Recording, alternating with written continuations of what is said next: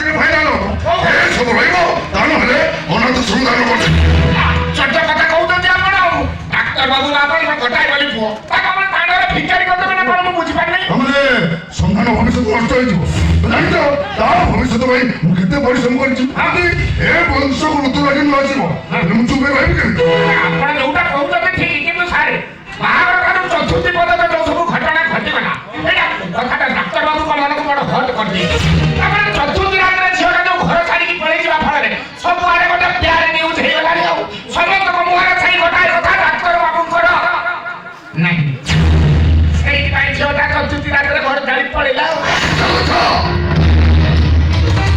ମିଛ କହୁଛ ତମେ ସେ ଝିଅଟା ଚରିତ୍ରହୀନ ଥିଲା ସାର୍ ଲୋକମାନେ କଥାକୁ ବୁଝିଲେ ତ ମୁଁ ଡାକ୍ତର ବାବୁଙ୍କ ପାଇଁ 8-10 ଟାରେ ପ୍ରସ୍ତାବ ଦେଖି ଚାଲିଲି କିନ୍ତୁ ସାର୍ ସମସ୍ତଙ୍କ ମୁହଁରେ ସେଇ ଗୋଟାଏ କଥା ଡାକ୍ତର ବାବୁଙ୍କର ନାହିଁ କଥା ଶୁଣି ଡାକ୍ତର ବାବୁ ମତେ ଡାଇରେକ୍ଟ ମନା କଲେ ମୋ ବାବୁ ପ୍ରସ୍ତାବ ଦେଇଥିଲେ ତାମାନେ ସନ୍ଧାନ ବାହା ହବନି ମୁଁ ଜାଣିବି ସେ ଝିଅ ଚରିତ୍ର ଖରାପ ହବ ସବୁ ଯେ ଚରିତ୍ର ଖରାପ କେହି ଭଲ ଝିଅ ଜାଣେ ନାହିଁ ଭଲ ଝିଅ କାହାନ୍ତି ଆଜ୍ଞା ମୁଁ କମ୍ପ୍ୟୁଟର ପକେଇକି ଦେଖିଛି ଭଗବାନ ତ ଖୋଜିକି ପାଉନାହାନ୍ତି ମୁଁ ତ ଛାଡ ମନେ ପଡିଗଲା ଗୋଟେ କଥା ମୋର ଗୋଟେ ସାଙ୍ଗ ଅଛି ତାର ଗୋଟେ ଝିଅ ଅଛି ଦେଖିବାକୁ ଫିଲ୍ମ ହିରୋଇନ ଭଳି କଣ କହୁଥିଲା ସେ ଏନେମା ଚାକିରି କରିଛି କିନ୍ତୁ ଛାଡେ ଗରିବ ଲୋକଟା ଆପଣଙ୍କ ଲେବୁଲର ସେ ନୁହଁ ଆଉ ସେଇଥିପାଇଁ ପ୍ରସ୍ତାବ ପକଉନେଇ ସେଇଥିରେ ଗରିବ ଝିଅ ଆଜ୍ଞା ପାଠ ପଢି ଚାକିରି କରିଛି ମାନେ ନିଶ୍ଚୟ ସଂସ୍କାର ହେଇଯିବ ଏମିତି ବହୁ ନିହାତି ଦରକାର ଡାକ୍ତର ବାବୁ ସେ ଝିଅକୁ ବାହା ହେଲା ସିନା ସେ ଝିଅ ଆପଣଙ୍କର ବହୁ ହବ ଫାଇନାଲ ହବ କୋଉ କଥା ସିଏ ବାହା ହେଲେ କରି ରହିବି ତା ନହେଲେ ଏ ଘର ଛାଡ଼ି ଚାଲିଯିବି ନା ଘର ଛାଡ଼ିକି ଯିବା କଥା କୁହନ୍ତୁନି କେମ୍ପା ତୁ କଣ ଏଠି କେମ୍ପା ମୁଁ ଗୋଟେ ପରିସ୍ଥିତିରେ ପଡିଛି ଏଇ ଶୁଣ ତୋ କଥା ଏଇନେ ବାବୁଙ୍କ ପାଖରେ ପକେଇଥିଲି ମୁଁ ବୁଝିଲି ଟିକେ ସାର୍ଙ୍କୁ କହିଲି କହିଲୁ କଣ ସାର୍ ମୁଁ ଯୋଉ ଝିଅ କଥା କହୁନଥିଲି ଇଏ ହଉଛି ସେ ଝିଅର ବାପା ମୋ ସାଙ୍ଗ ଗୌରା ଆପଣ ଖାଲି ଡାକୁଛନ୍ତି କୁହନ୍ତୁ କଣ ପାଇଁ ଆସିଥିଲେ ଆଜ୍ଞା ଆକ୍ସିଡେଣ୍ଟ ହେଇଯାଇଛି ଆକ୍ସିଡେଣ୍ଟ କାହାର ମୋ ପୁଅର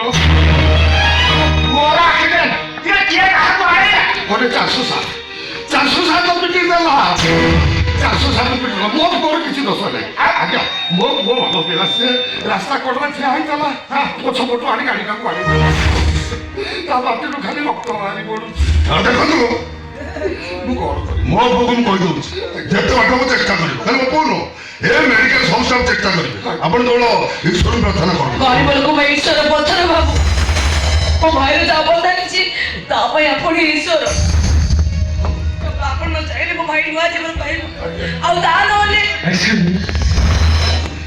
ଡାକ୍ତର ବାବୁ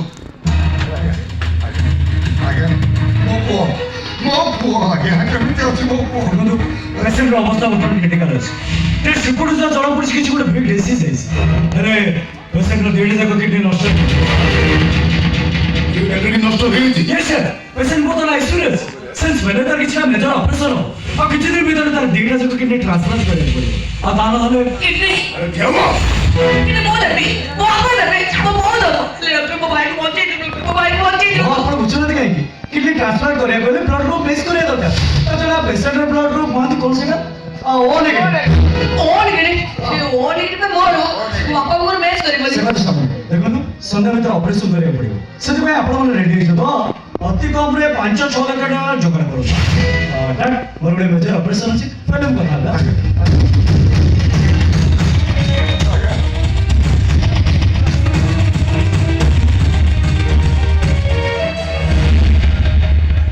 ବାପା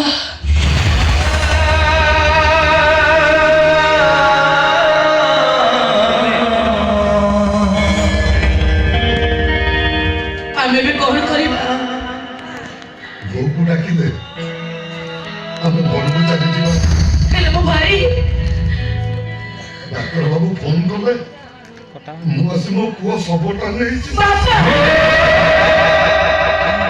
କଣ ବାପା ଶୁଣିପାରୁଛନ୍ତି ଡାକ୍ତର ବାବୁ କଣ କହିଲେ 5 ଲକ୍ଷ କିଏ ଦେଖନ୍ତୁ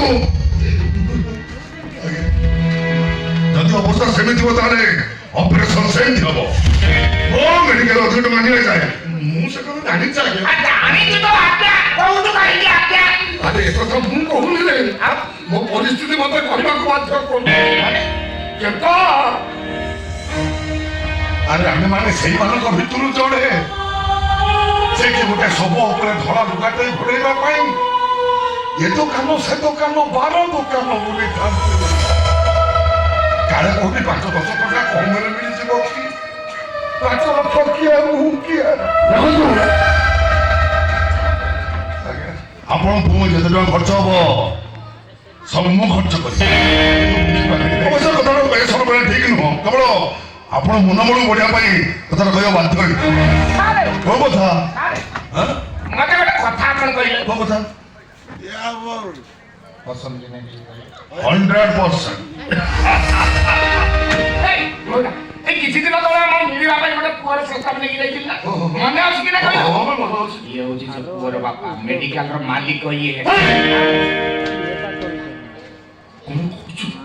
କେତେ ବଡ଼ ଲୋକ କେତେ ବଡ଼ କଣ ତୁ ଜାଣିପାରୁଛୁ କି?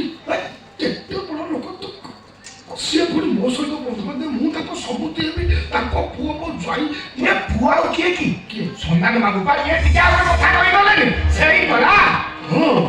ଆଉ ଦେଖନ୍ତୁ ମୁଁ ଆପଣ ଫୋର୍ସ କରୁନି, ପୁଅକୁ ତ ଆପଣ ଦେଖିଲେ ଝିଅ ଯୋଉ ପରିଚୟ ଅଛି ଝିଅର ମତାମତ ଜଣେଇବେ। ଆଉ କ୍ଲିନିଂ ଜଗନ୍ନାଥ ହଉଛି ଆପଣଙ୍କର। ଆସୁଛି ଆସୁଛି ମୁଁ।